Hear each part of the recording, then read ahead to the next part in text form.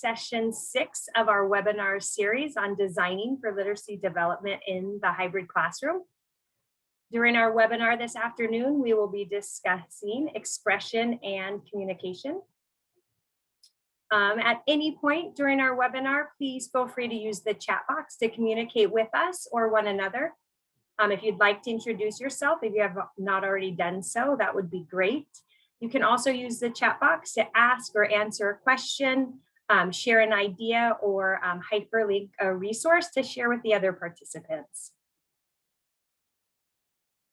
Be sure that when you're using the chat, because we are in the webinar format, that you take a look at who you would like the chat to go to, whether you want it just to be to the panelists or to all panelists and attendees.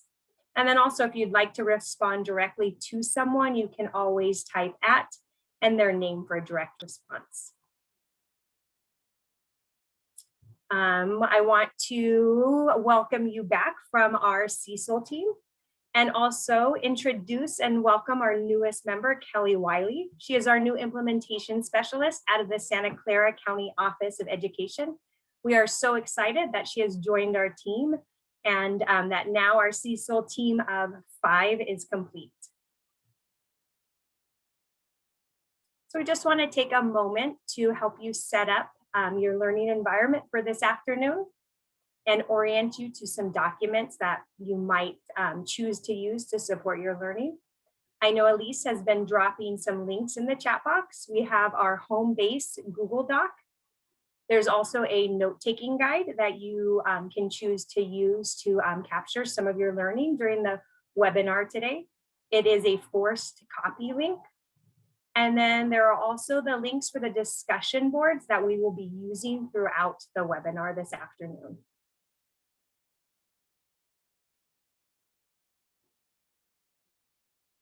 And if you have joined us for previous webinars, you know that at the end of each session, we always ask for some feedback. So we ask you what was most useful, what might have been least useful or challenging, and also for some suggestions for future planning of sessions. And this feedback matters. We take a close look at it, and we use it to plan future sessions and also some of the series that we'll be planning for next school year. So some of the things that were found that participants found useful during our last webinar, the discussion boards, some of the specific strategies that were presented. Participants thought the session was useful and well organized. A lot of participants liked being able to share with one another. And again, some of the specific strategies or tips like the book trailer and the 5-word summary that were shared were all really positive.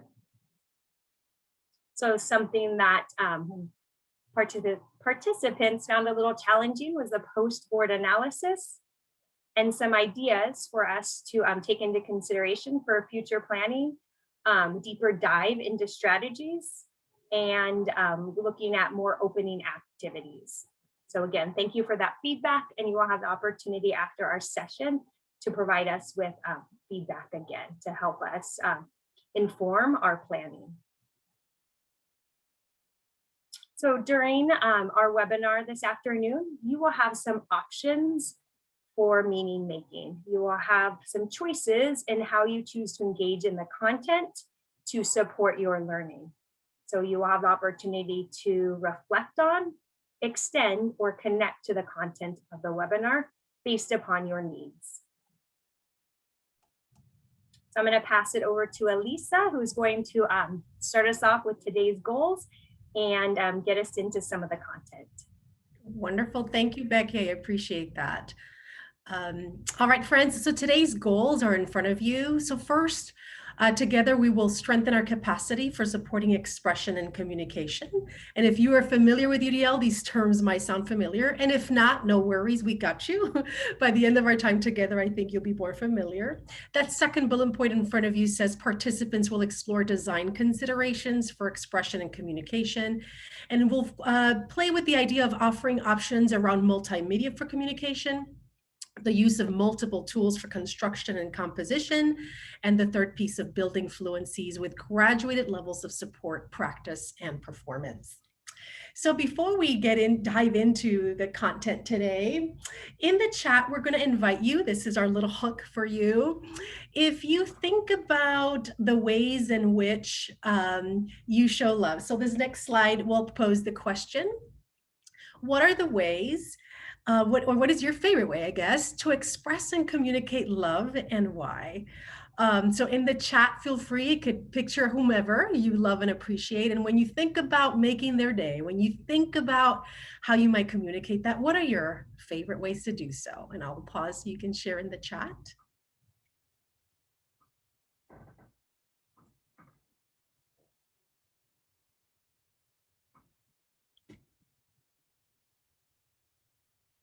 Ooh, I see some love language terms, acts of service. Yes, for sure. Cooking for someone. Yes, that's my mom for sure.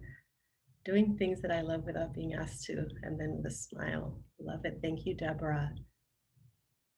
Validate their communication. Thank you, Zane. Definitely cooking. Yes.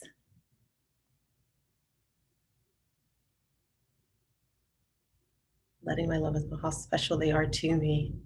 Right. So it sounds like communication, Jennifer, on that one. Interesting. A lot of educators, acts of service. That makes sense, huh, friends? That makes sense. Acts of service. Most often cooking. Yes, Miss Vanessa Lopez, for sure. Thank you so much for sharing, right? If you've been in a relationship, you know that you've had, thank you, Laura, displays of gratitude. You've had those moments where you're talking to your beloved and say, you know what, thank you for taking out the trash, but what I really need right now is some alone time, right? And so we know that instinctually as humans, we need the variety, right? The options of finding ways to express what we think about, what we care about with the other person, and knowing that, you know, there's books written about it, right? There's the 5 Languages of Love book. And so I know that informs a lot of our personal life. And so friends, what if I shifted things for you and I said, okay, that's great. You love cooking, i.e. my mom, Dominican mom, everybody who's sick needs food. So I relate to that. But what if we told each other, no, that you're not allowed to use that way, that there's only one way? Might you feel like this image in front of you? What might it do for us as individuals? And think about our learners. The moment we create such guardrails around how they tell us, fill in the blank, what our goals are, what they're learning, just one way. So today we're gonna chip away at that idea today. So the last session we were together, the last webinar, we worked on building comprehension, and we had some strategies, and we talked about how the idea of reading comprehension is about the student extracting and constructing meaning and interacting and involvement with written language. And so to that end, okay, so let's say we're helping the kids with building comprehension, we're helping them fully dive into complex text, either via just art, via math, via whatever content. To what end? What is the point of that? And that's where we go with today. So session 6 today is about that piece of expression and communication, because all of that comprehension piece, all of that access that we're giving to kiddos, it's to allow the learner to appropriately and easily express their knowledge and ideas and concepts in the learning environment, right? So today we're connecting last session to this session and continuing to do that. So it's important too, as you could imagine, right? We are facilitators, improvement specialists, we are the world of CAST, that this idea of alternative modalities, right? Different ways of showing the love in the context of a classroom is going to be integral to designing lessons. So it is important to provide alternative modalities for expression to level the playing field among learners. And so the image in front of you, if you recognize the UDL guidelines, we're not diving deeply into that today at all. We're just capturing this one section around expression and communication, but we're going to dabble in. The structure today is we're going to talk about what, for each bullet point, what it looks like. Following your feedback, we're going to share a strategy, and then we'd like to give you an opportunity to collectively share out some of the strategies through the last, 14, 15 months. You've already dabbled in around these areas, and a little moment of reflection. So the 3 pieces are using multiple media for communication, providing options for that, providing options from multiple tools for construction and composition, and then building fluency with graduate levels of support for practice and performance. So moving to our first section, friends, in front of you are a couple of options and ideas. This is not an exhaustive list. It is not a finite list, but it's definitely a place for us to start from. So think about some ways of maybe composing multimedia such as text and speech, drawing, illustration, comics, storyboards, design, film, music, dance, movement, visual art, sculpture, or videos. When I think of that bullet point, I can just imagine my family, right? My husband cannot sit still. It's not a bad thing. He's an athletic, actually, he's a PE teacher. So that makes sense. But can you imagine how much more he would have gotten of his education if he was able to move while he learned, right? And we've talked about this at length. I mean, I'm sure you also can relate to that probably as a learner. The second piece resonates with me as a math person is the use of physical manipulatives, right? If you have a student, I personally am a doodler, and I see things in just buckets and pictures. So we know, right, as educators, that the use of manipulatives like blocks or 3D models or base 10 blocks are super helpful in providing options for multiple media for communication. The third piece, I would dare say we've become like non-negotiable experts probably this last year and a half. The use of social media and interactive web tools, crash course every day, right? We're at the mercy of our technology, but we know that those are amazing tools also, right? With discussion forums and chats and web designs, annotation tools, storyboards, comic strips, animation presentations. And then the last one, the idea, and the reason it's highlighted, friends, is because that's where I'm going to share a strategy with you, is this idea of offering multiple ways, a variety of ways of problem solving, right? So some of our content areas demand that. So in mathematics, that's part of the math practices. But in other areas, it might not be as clear. But definitely, that is definitely a way to access, right? To give the students access to it. So in the same mind frame, I'm going to share a little video with you of a science teacher offering children opportunities, right? Multiple options for communicating what they've learned. Go ahead, Becky, thank you.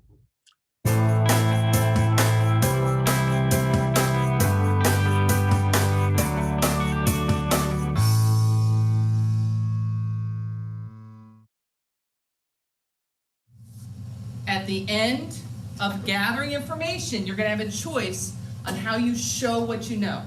You need to answer that question. Choices. You can draw a diagram.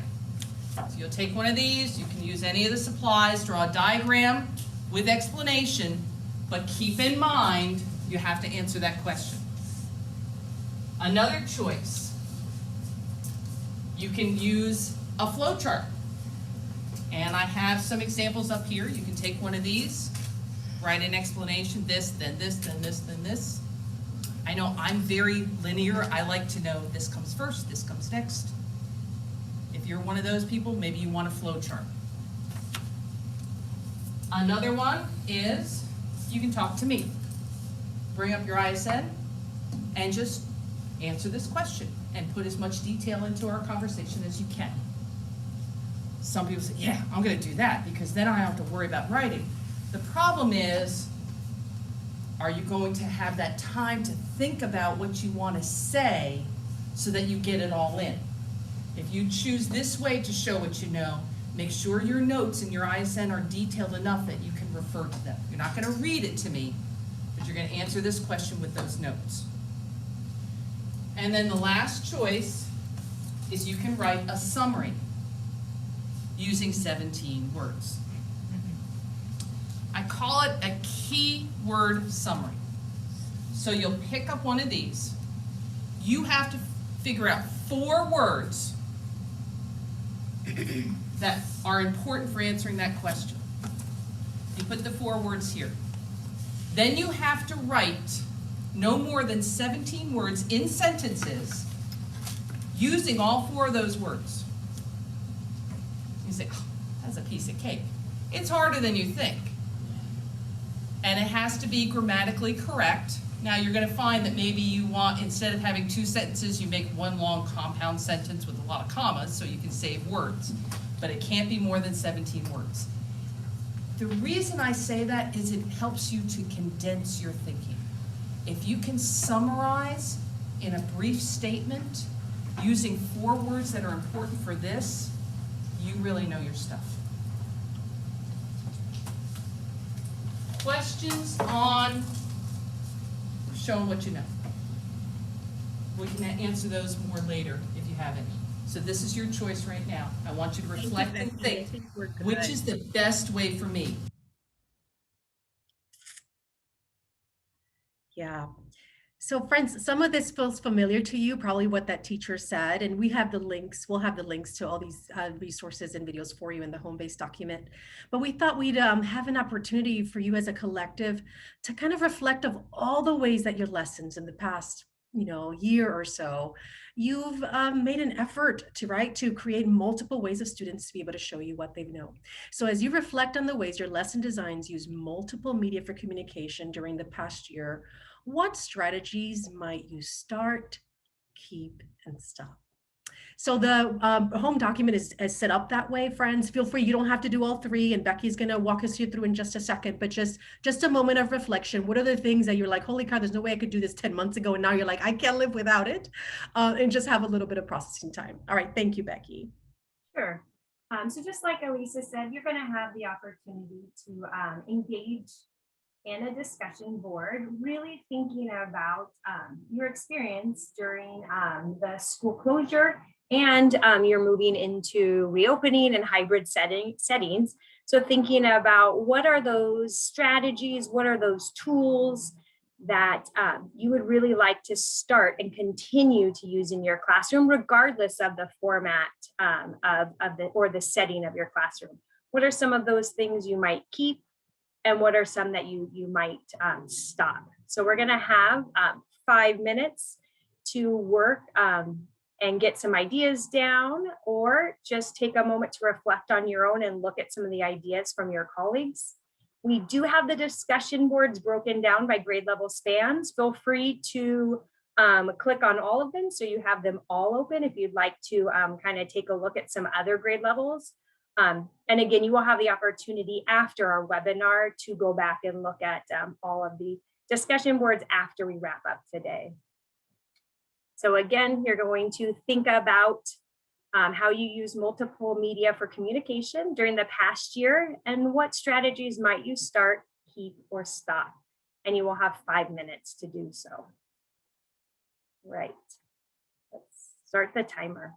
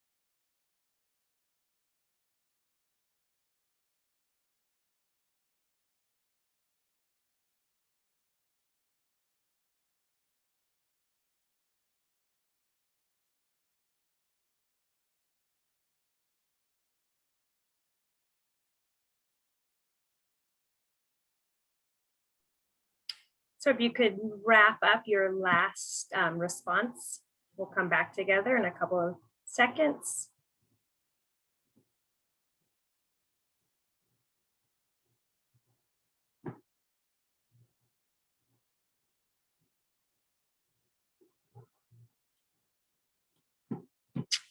All right, thank you for engaging in our discussion board. I saw a lot of starts and keeps around different ways of communicating with students and their families. I think that's one of the most valuable lesson learned all during this time are all the different ways we can communicate with families, emails, videos and texts. I saw a couple of responses around videos for video recordings for mini lessons, but also as a way to record instructions or directions. So students have the opportunity to refer back to task instructions or directions. And then also videos of student responses or different audio recording of student responses also. And I also saw that teachers using discussion boards for students to respond to one another, but supporting the students with a template. So I thought that was also a really great idea. So thank you again for participating. And we will move into our second strategy. Thank you, Becky. Thank you, friends, for contributing. Definitely wonderful ideas to certainly keep. And I noticed that a lot of you are tired of the breakout rooms. Me too. Me too. I need some humans beyond the heads on the 2x3 rectangle. So the use of multiple tools for construction and composition could look like providing spell checkers, grammar checkers, word prediction software, providing text-to-speech software, voice recognition, human dictation, recording. I myself am in the middle of writing a big project, and I'm finding, since I'm an external processor, I've been just using that little microphone on Word to help me get my my writer's block sometimes out. So even as a grown-up, I can definitely benefit from that. The third bullet point, providing calculators, graphing calculators, geometric sketch pads, or pre-formatted graph paper. Fourth, provide sentence starters or sentence strips. This other idea of using StoryWeb's outlining tools or concept mapping tools, there's a plethora of them out there, and we're going to take a few minutes here to show you one that we're super proud of at CAS that we've been playing with and exposed to. Definitely providing computer-aided design, CAD, right, or music notation, writing software, or mathematical notation software. Providing virtual concrete mathematic manipulatives, and then the use of web applications. So this next strategy we'll share with you, we're just recently learned about it as a team, but it very much resonated with us. It is idea, if you think about pie in the sky, a way for kiddos to collaborative be able to work on a concept map, this is what this tool will help the kids do, and is working through the world of Google, because a lot of our systems are using Google Classrooms. So it's a graphic organizer infused with the principles of UDL to make them even more flexible and accessible. It will help students and educators co-organize their learning in a digital Google app environment. This provides opportunity for real-time collaboration and just-in-time feedback. It comes with built-in guides for graphic organizers, including graphic organizers that support comparison, cause and effect, and question and exploration. My favorite piece is that it has a built-in app language translation, so I can select a word and click translate, and it will share with me in Spanish, for instance. It'll read it aloud also, if necessary, a built-in dictionary and multimedia content and supports. And lastly, it's integrated with Google Drive to enable learners to use images and text in their responses, including options for speech to text. So I'm going to give you an opportunity here to play with it in just a second, but I wanted to show you a couple of screenshots. It'll look like this on your web browser. It'll say Corgi2, and you will sign in with Google, whatever your Google address is. And then it'll prompt you to allow for a couple of permissions. There's 4 permissions that it will ask, because again, this platform is going to work within the construct of Google. So once you allow those and you log in with that email, it'll prompt you it's almost like a dashboard. It gives you the opportunity to create one of these 3 options, and either cause and effect guide, a question exploration guide, or a comparison guide.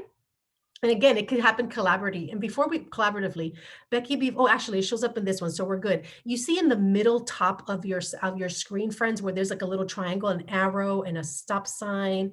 Those are the mechanisms by which kiddos can have it read to them. You can highlight a word and have it translated.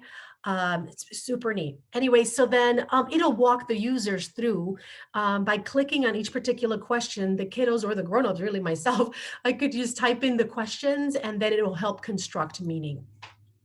And my favorite part, honestly, right, is the part that in the next slide, it'll show you how after the kiddos have done all this work, it'll populate a Google slide deck.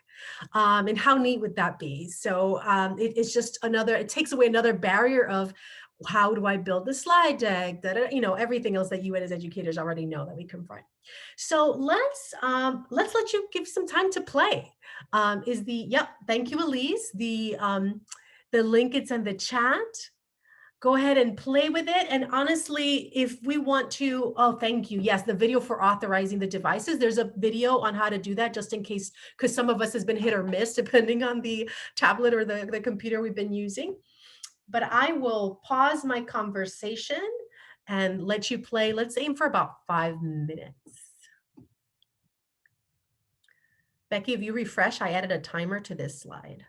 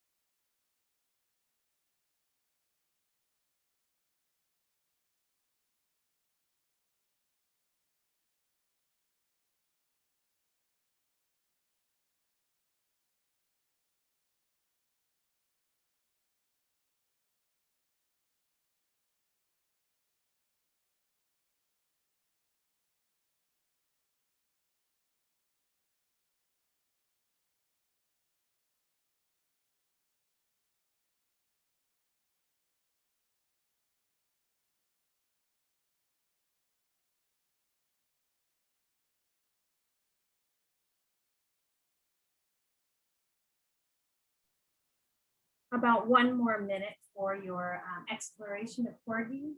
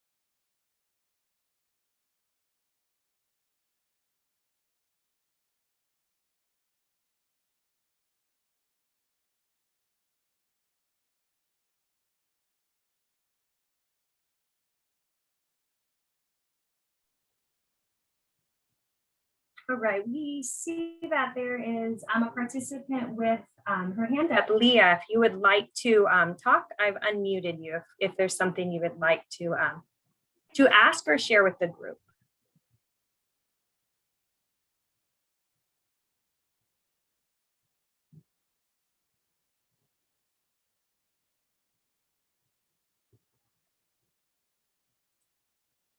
No, okay.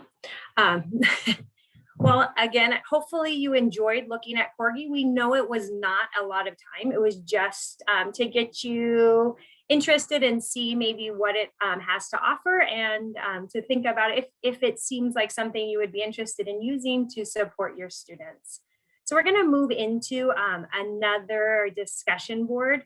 Just like we did with our first practice, we're going to reflect on the ways your lesson designs used multiple tools for construction and composition during the past year, and really think about what strategies might you start, keep, or stop. So again, it's the discussion boards are the same as we used during our first practice. And we will have 5 minutes to engage in the discussion boards again.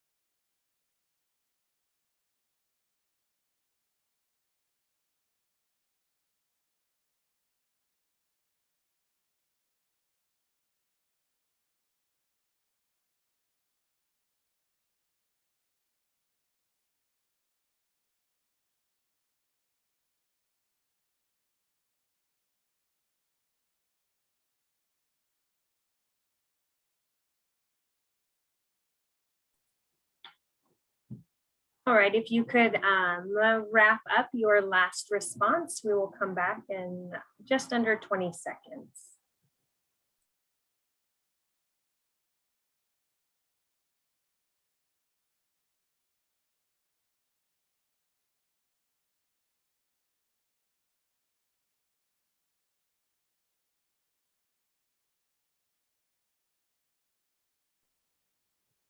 Right, again, thank you for participating in our discussion boards. A couple of things that stood out to me as I was looking through and reading them. I saw a lot of people talking about starting or keeping speech to text, which is definitely a great practice to support all of our students. Continuing the use of sentence starters. A lot of comments around starting and keeping manipulatives, both virtual and concrete. I did see a lot of start the use of Corgi, so we're really happy to see that. It, again, like Elisa said, we were just introduced to it ourselves and are all really excited about it and want to take some time to dabble and figure it out a little bit more. And I did see in 2 different places to stop evaluating for spelling and grammar when that's not the focus or the goal of the lesson or task. And I think that's such an important point. So again, thank you all for engaging in the discussion board. And I will turn it back over to Elisa to move us through our 3rd practice. Wonderful. Thank you, Becky, and thank you, colleagues. All right, friends, so options for building fluencies with graduate levels of support for practice and performance.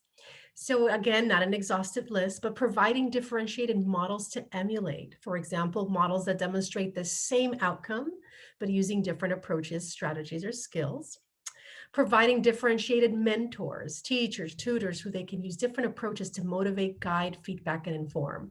I remember when I taught at middle school, sometimes as math teachers would, let's say, hey, can you help me with so-and-so because I explained it this way or that way, or I've tried this or that strategy. I need a different perspective or vision on that. And so we know innately that, right, intuitively, I should say, that these pieces of leveraging each other's expertise is super helpful. Providing scaffolds that can be gradually released with increasing independence and skill embedded into digital reading and a writing software. The 4th bullet point, providing differentiated feedback. We have an awesome video we're going to show you of a post-secondary professor and how she's used differentiated feedback. For example, feedback that is accessible because it can be customized to individual learners. And lastly, but I'm sure not least, provide multiple examples of novel solutions to authentic problems. And so just like I alluded to, this next video is a professor I wish I would have had, right? As secondary people, we wrestle with, okay, this is great training, but I see 170 kids a day. How do I do this for 170 kids?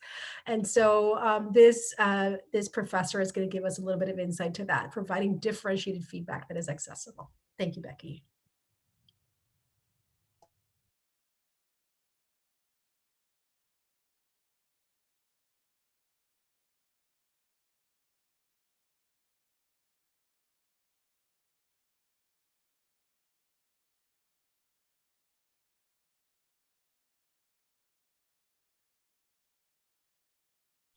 We need the volume on.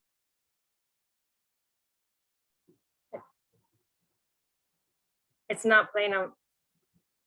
Is there volume already, Elisa? Yes, I think it's muted on your screen if I see the YouTube on the bottom.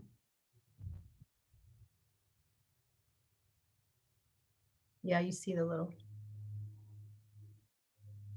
Let's see vacation by.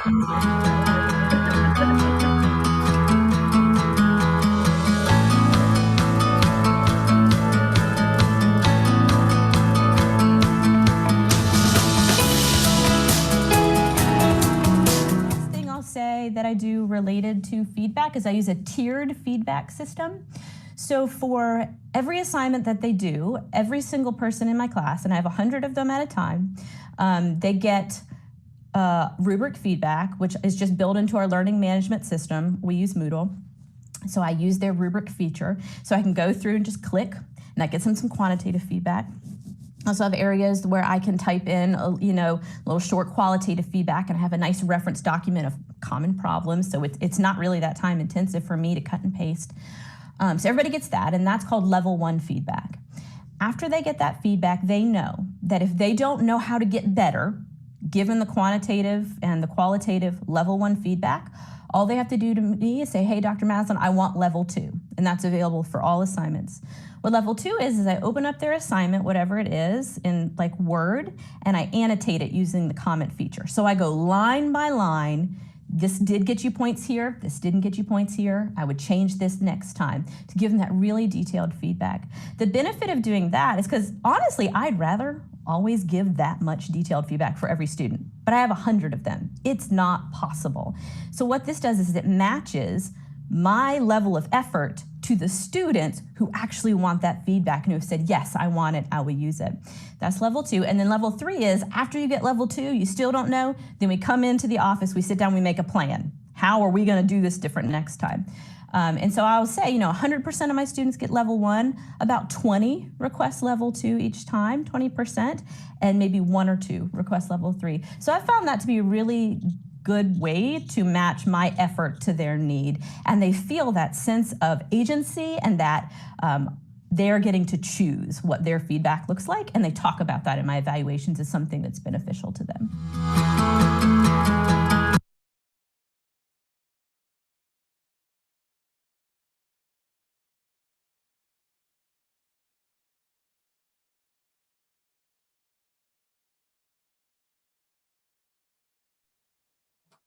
All right, so we're going to ask you to think about the strategies for practice 3 that Elisa shared. Think about what we just heard on the video on feedback, and take some time to reflect on the ways that your lesson designs built fluencies with graduated levels of support for practice and performance during this past year. So, and then consider which of those strategies might you start, keep, and stop. And make sure to scroll down to reflecting on practice 3 on the discussion board. And again, we will have 5 minutes to engage with the discussion boards.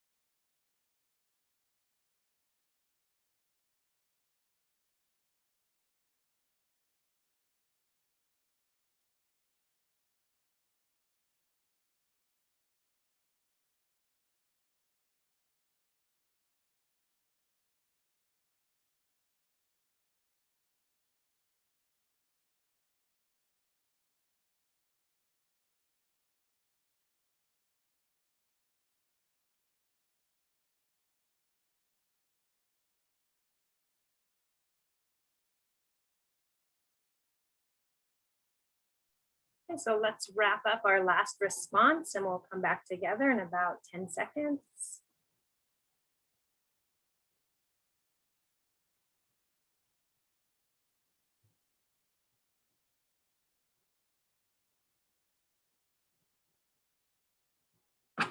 Thank you again for engaging in our third discussion board of our webinar. I saw a lot of really great ideas. I think the video that Elisa shared with us really connected with a lot of you because I saw a lot of comments around the idea of starting or keeping differentiated or tiered feedback, which I think is so important and valuable.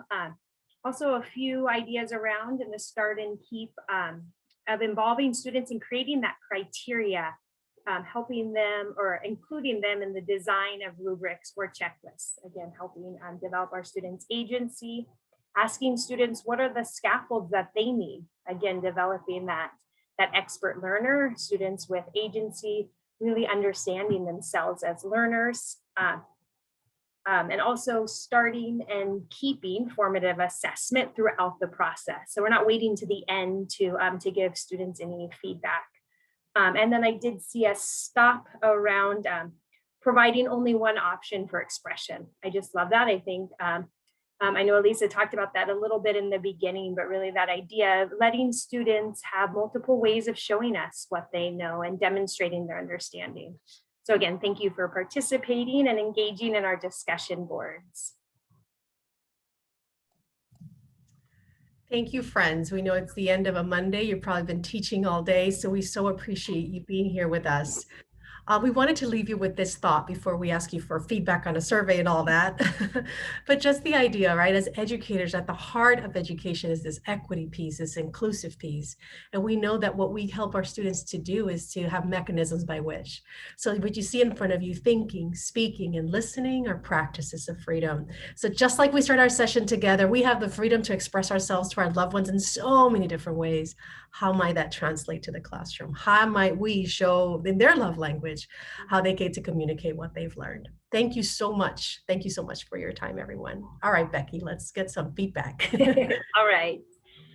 So we want to remind you that we have one more session in this series coming up. So our last webinar will be on reflection and goal setting on June 14th, same time, 3 o'clock to 4 o'clock.